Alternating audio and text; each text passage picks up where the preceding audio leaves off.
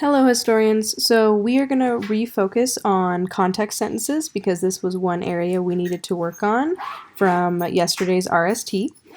So my first step is to make sure that I'm coding each source for the main who, what, and why or how, because really I need to ask myself, what does my reader need to know in order to understand my evidence that I'm going to use in my paragraphs? So I'm coding anything that I think is extremely important to being able to understand the overall meaning of the text. All right, a world apart. In ancient times, the geographic features of China isolated the country from the rest of the world. All right, typically the main idea sentence is an important sentence of any text. Natural barriers such as mountains, deserts, rivers, and seas made travel to and from China challenging. Okay, so this is like the how it impacted them. The Himalayas in the west and the Gobi in the north were two important geographic barriers. They made the spread of ideas and goods between the ancient Chinese and other outside region difficult. Okay, so I have another way that these geographic barriers are impacting China's development. So I'm going to code that.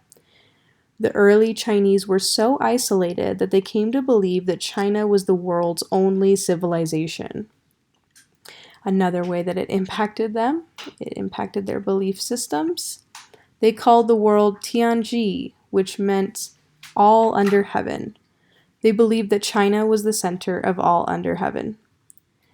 Many geographic features also separated the people living within ancient China. Okay, so not only did it impact their relationships with the outside world, but inside within China as well. Rivers, deserts, mountains, and great distances made the governing or rule of large areas of China difficult. These features also allowed people living in different parts of China to develop their own cultures. Okay, so because again of these natural barriers, it is having many impacts on people in China. The people of each region even had their own dialect or way of speaking, just like people in China today. In time, the people of ancient China came to share a common heritage or set of ideas passed down from one generation to another. China's ancient heritage includes legends or stories passed down from earlier generations. Many of these legends explain the origins of the land and people of China. One well-known legend tells that the universe began as an egg. Pangu, the creator, slept inside the egg until the egg cracked. Then Pangu climbed out. He pushed up the top half of the eggshell, and it formed the sky. The bottom half became the earth. Okay, so these last two paragraphs kind of talk about like one of their creation stories. I'm not going to code those for main idea because most of the text is not necessarily talking about that. So now I'm ready to start actually writing my context sentence. My next step is to begin my sentence with the section title. So always you want to make sure that you're letting your reader know which source you're going to include or talk about.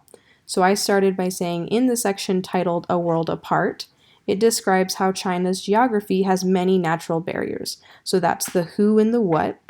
And then how this impacted them is it isolated them from the rest of the world because there were many examples given about that. And then it also created different cultures within China. And there were also a lot of explanations behind that answer. So I'm finishing my sentence off with the main who, what, or why, or how. And I really just want to, again, make sure that my answer of what does my reader need to know is fully answered so that they're not confused when they read my evidence piece.